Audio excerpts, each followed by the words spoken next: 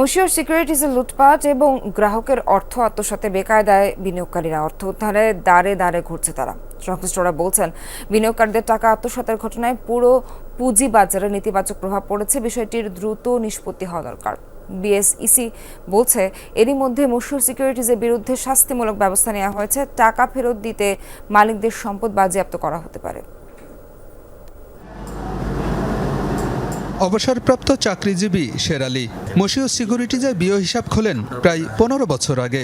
2 দফায় বিনিয়োগ করেন 25 লাখ টাকা, কিন্তু তাকে না জানিয়েই তার বিও হিসাবে থাকা সব শেয়ার বিক্রি করে টাকা হাতিয়ে নেয় মশিউর সিকিউরিটিজ কর্তৃপক্ষ। সেই টাকা ফিরে পেতে 1.5 বছর ধরে ঘুরছেন তিনি। চাকরি করি, মাস শেষে একটা বেতন পাই, সেটা দিয়ে আমার সংসার চলে।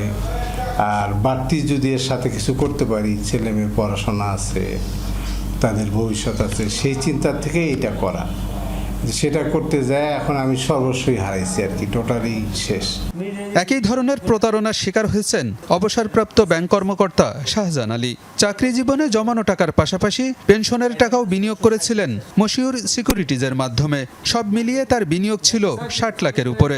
পুরো টাকা আত্মসাৎ করেছে মশিউর সিকিউরিটিজ মালিকপক্ষ।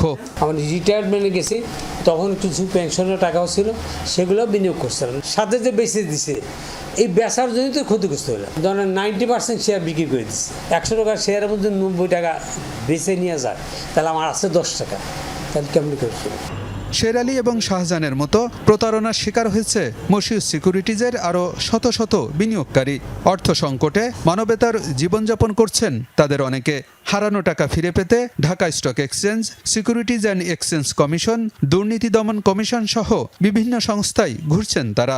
ভুয়া সফটওয়্যার দিয়ে আমাদেরকে এই ফেক ইনফরমেশন দিয়ে পোর্টফোলিও আমাদেরকে পাঠিয়ে ভিতর দিয়ে তারা টাকা পয়সা তুলে নিয়ে আত্মসাৎ করে ফেলছে। টাকা পাওয়ার ব্যাপারে এখনো কোনো সুনির্দিষ্ট কোনো সময়সীমা বা তারা দিবে কিনা এই ধরনের কোনো আশ্বাস তেমন পাইনি। মশিউর সিকিউরিটিজ বিনিয়োগকারীদের সমন্বিত হিসাব থেকে 68.5 কোটি টাকা এবং বিও হিসাবে থাকা শেয়ার বিক্রি করে 92 কোটি টাকা আত্মসাৎ করেছে। বিকল্প সফটওয়্যার তৈরি করে গ্রাহকের সাথে প্রতারণা করে মশিউর সিকিউরিটিজ, যা জানাজানি হয় গত বছরের সেপ্টেম্বরে। এরপর থেকেই বন্ধ প্রধান কার্যালয় সহ প্রতিটি শাখা। ব্রোকারেজ হাউস বন্ধ থাকায় মশিউর সিকিউরিটিজের কারো সাথে কথা বলা সম্ভব হয়নি, ফোনেও সাড়া মেলেনি। তারা যে বাটপারি বা সলচাতুরি করে চলে গেছে, এটা আমরা জানতামই না। আমি জানি না, আপনাদের কাছে এসে প্রথম শুনলাম। আমি যে বিভিন্ন জায়গায় ঘুরছি তাদের অফিস খোঁজার জন্য। মশিউর সিকিউরিটিজের আগে 34টা ব্রাঞ্চ ছিল অন্য ডিস্ট্রিক্টে, এখন আর 14 ব্রাঞ্চ নাই বলে। এখন শুধু আছে যে মতিঝিলের ওই সিটি সেন্টারে 18 তলায় মশিউর সিকিউরিটিজ এটা আসছে, তাও এখন মানে খুলে না, বন্ধ। বাজার সংশ্লিষ্টরা বলছেন, মশিউর সিকিউরিটিজের ঘটনায় ক্ষতিগ্রস্ত হয়েছে পুরো পুঁজিবাজার। আস্থা নষ্ট হয়েছে বিনিয়োগকারীদের। নিয়ন্ত্রক সংস্থার উচিত দ্রুত ক্ষতিপূরণের ব্যবস্থা করা। বিনিয়োগকারীদেরকে আস্থায় নিতে হবে। এখন আস্থায় নেয়ার জন্য ওনাদের যে ক্ষতি হয়ে গেল, সেই ক্ষতি পূরণ করার জন্য চিন্তা ভাবনা করতে হবে। নিয়ন্ত্রক সংস্থা বিএসইসি বলছে, বিনিয়োগকারীদের পাওনা পরিশোধে সব ধরনের উদ্যোগ নেওয়া হচ্ছে। খতিয়ে দেখা হচ্ছে মালিকপক্ষের সম্পদ বাজেয়াপ্তের আইনি দিক। পরিপূর্ণভাবে যেন তাদের দাবি বা পাওনা পরিশোধ করা যায়, সেই বিষয়ে কমিশন কাজ করে যাচ্ছে।